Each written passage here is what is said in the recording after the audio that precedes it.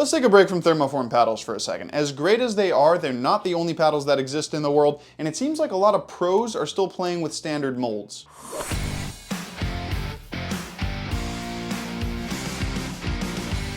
Zane Navratil is as much of a legend in pickleball as players like Ben Johns and Annalie Waters. I vividly remember watching a Zane Johns match from 2019 when I first got into pickleball, thinking those guys were really cool. So of course, like any true top tier player should, Zane was always going to get his own paddle, and it's come from the brand ProXR. Now ProXR has entered pickleball going for somewhat of a handle revolution. You look at most of ProXR's paddles and you can see that the butt cap flares out at the bottom to fit more ergonomically to your hand, especially on the hammer grip. But I guess it was a little too revolutionary for Zane because his paddle is the only one that has a standard butt cap. Instead, the Zane paddle is pretty normal. It's 16.5 inches long, 8.2 ounces in weight, and 14 millimeters thick. Very standard stuff. There are a couple of unique elements, however, that help it stand out from the crowd. For one, you've got this beautiful blue paint job with this blue bumper guard here that I am such a big fan of because I'm getting quite bored of these monochromatic black raw carbon fiber paddles. Also, if you look at the paddle square on, you'll see that the bottom of the paddle face here angles a little bit more steeply than more traditional designs, which definitely has an effect on playability. More on that later. It's also got probably the grittiest top sheet I've ever felt on any paddle. Honestly, I can't believe it's legal, but it is, so all good there. Also, if you'd like to purchase the Zane Navratil or any other paddle for that matter, you can visit us online at racketsandrunners.ca, and please remember to drop a like on the video and subscribe to the channel. We've got another pro paddle coming next week, but no prizes for guessing which one that is.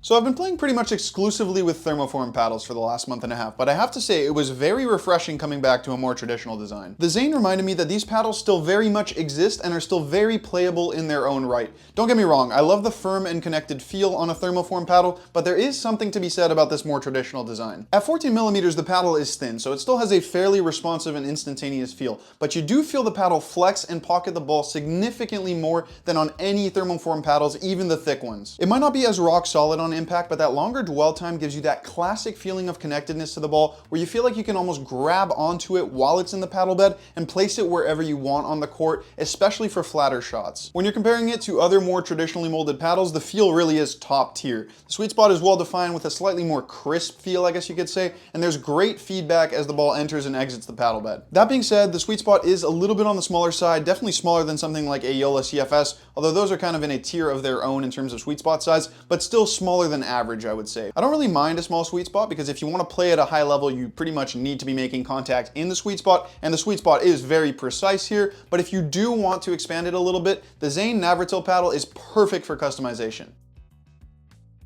The reason it's so good for customization is because in stock form, it really isn't a very powerful paddle, but that's pretty much only because of how light it swings through the air. I do think that is by design so that Zane can customize it up to whatever spec he wants, but I don't think that he's playing this paddle in stock form because it's just not got the pop or stability you need to play at the highest level. At least I don't think so. I noticed how light it was right out of the box, so I threw on about 10 inches of lead tape on the paddle face here at 12 o'clock to bring it up a little bit closer to my preferred swing weight spec, and it played significantly better like that than when I took the lead off later on. With that lead tape, power really is excellent here, as you would expect from a 14 millimeter paddle. Okay, it's not as high as power on thermoform paddles, but that's okay, especially for those of you that can generate your own power, which the pros definitely fall into that category. I would still say it's marginally less powerful than other 14 millimeter paddles, but again, totally fine by me. Maneuverability is my absolute favorite feature on the Zane. Back to what I was saying earlier about the slightly steeper angle here at the bottom of the paddle face, it really does help make this paddle very quick through the air. Obviously, sluggishness is one of the major drawbacks of an extended paddle, but Zane and ProXR came up with a really smart design here because it just is more aerodynamic than average. It's quicker to react at the net than pretty much any other 16.5 inch paddle that I've used. Okay, maybe not gearbox paddles, but it was still very refreshing. Having a little bit less paddle face here does mean that the sweet spot's going to be a little bit smaller and less forgiving, but for advanced players, that's totally fine. It's also a design that makes you want to whip the paddle quickly through contact, which is something I really enjoyed when I was going for my spin shots. The best way to get plenty of spin is by accelerating the paddle face with your wrist when it makes contact with the ball. Yes, you can do this with any paddle, but when the design is this quick, it's just easier to get it snapping quickly. Even with the lead tape, it has that whippiness that I just don't really have with other paddles, so I was able to generate plenty of wrist action here.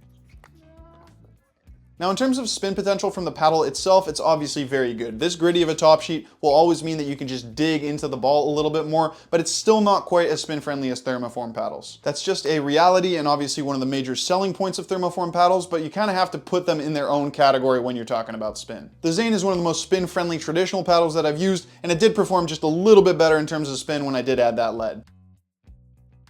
Control is where traditional paddles kind of blow thermoform paddles out the water, and that's definitely true here. In stock form, it was very easy to control because you got plenty of control over the paddle's face, but I actually thought it was even better for control with the lead tape because the lead tape helps expand the sweet spot and stabilize the paddle, which is really good during soft shots. Also, with that added mass in the head, the paddle just feels a little bit softer because you're crushing the ball with a bit more force, so you get more of that controlled sensation for touch shots and dinking. Obviously, like I said, compared to thermoform paddles, the control is just night and day. They just don't have anywhere near the softness of the Zane Navratil, but even compared to other 14mm traditionally molded paddles, it just feels a little bit better for control. 14 mils is usually on the more power side of things, but because the sweet spot is so sweet, it doesn't have that same wild side you can get with other thinner paddles. The touch side of things was very pleasant with this paddle, and it reminded me that thermoform this, thermoform that is great and all, and it might be better for my game, but traditionally molded paddles are not going anywhere anytime soon.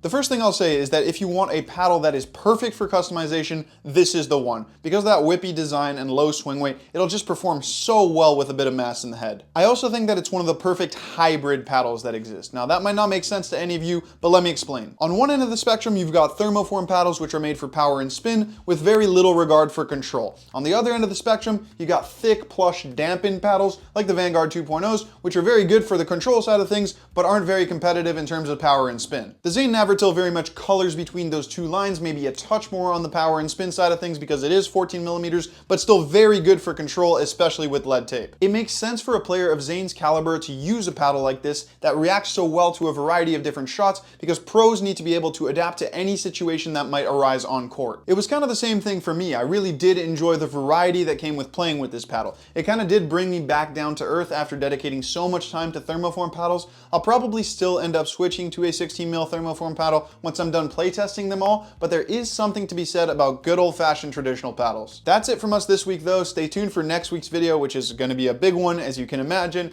And remember that if you want to demo any of these paddles, you can visit us in store or you can check them out online at racketsandrunners.ca.